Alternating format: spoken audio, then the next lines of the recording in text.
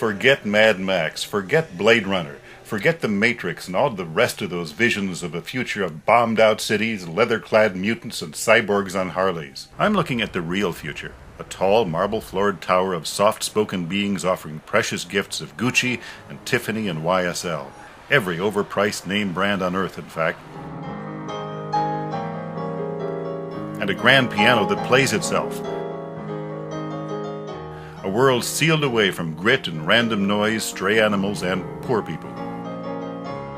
The future is shopping, folks, and nothing demonstrates that more than the mall in Taipei 101, the tallest building in the world.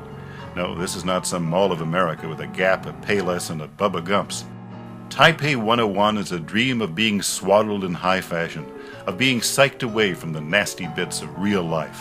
Taipei 101 starts beneath street level with the more pedestrian brands.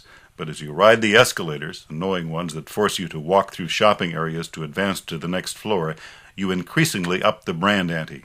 And if you're able to forge your way to the 5th floor with your net worth intact, there are decent restaurants and a very good bookstore, plus base camp for an ascent to the top. Taipei 101 has 101 stories. And it has the world's fastest elevator at 37.5 miles per hour. I was waiting for it to start. Then all of a sudden, after 37 seconds, the door opened on the 87th floor to an observation area. Here you can see Taipei and the surrounding mountains that are often shrouded in smog. Rural Taiwan is beautiful mountainous country. Taipei, however, suffers from the hodgepodge of construction of all Asian cities that grew too fast. But then Taipei is a young city in a young country.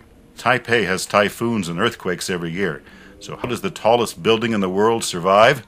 Part of the reason is a 730-ton weight, a tuned mass damper that hangs in the middle of the building. Designers say this plump plumb bob can reduce the tower's movements by 40% in a storm or earthquake.